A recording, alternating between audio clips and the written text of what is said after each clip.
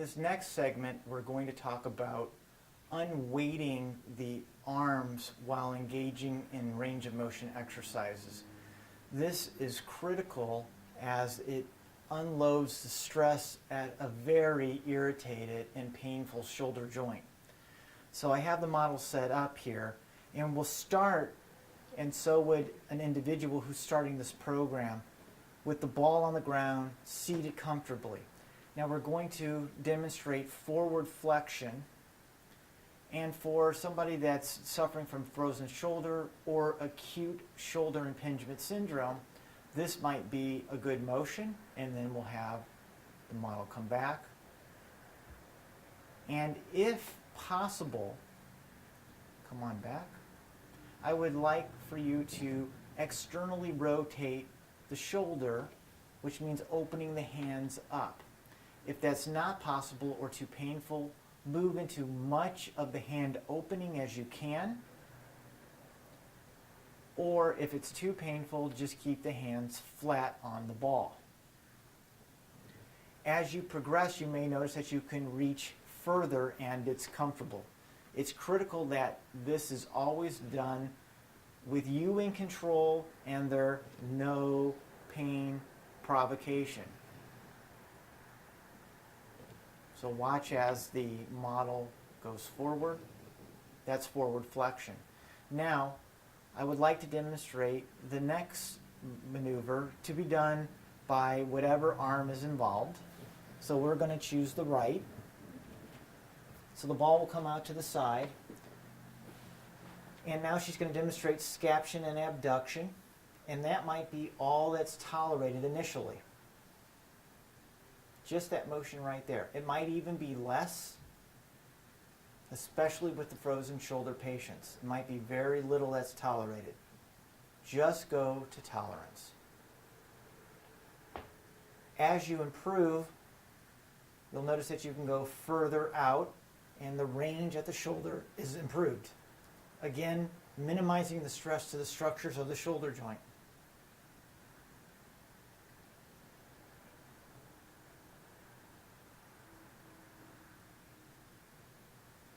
All of these are to be performed for at least a few minutes as tolerated, up to 5 minutes in each direction. Okay, now we're going to demonstrate circles.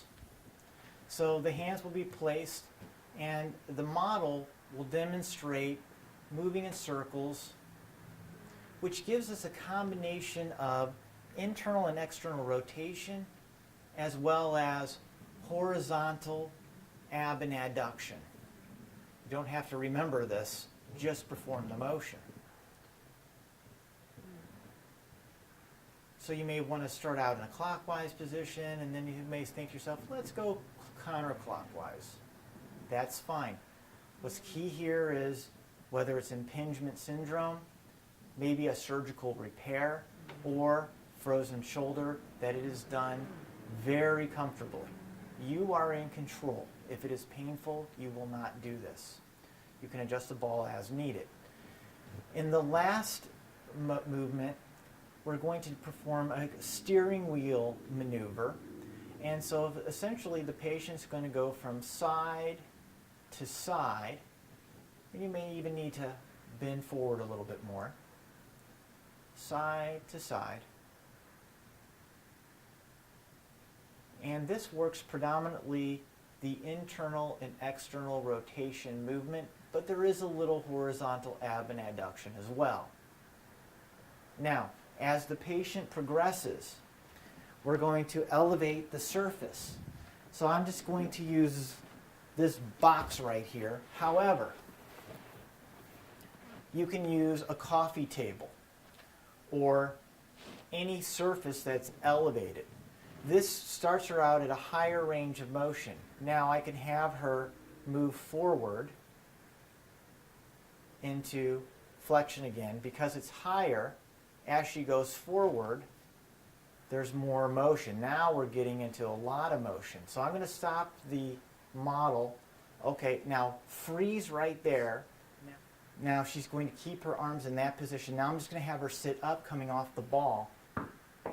Now the reason why I did this, I wouldn't have you do this during the exercise, but that's to demonstrate how much shoulder motion we've gotten by performing this activity. And now we're going to have the model come down, and we're going to demonstrate the other motion. So it's elevated again. This time we're going to bring the box around to the side. Okay. And she's going to go out and then come back in. Now what you may find is that it's more comfortable if you put more of the arm on the ball and move. That unweights it a little bit more. But even the hand being on the ball unweights the weight of the arm quite significantly, making it more comfortable with these type of problems.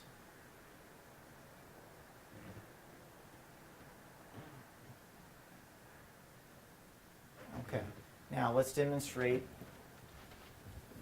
the ball with the circles. Now we're in a higher elevation. And just make note that as this becomes comfortable, you can raise the surface of the ball even more.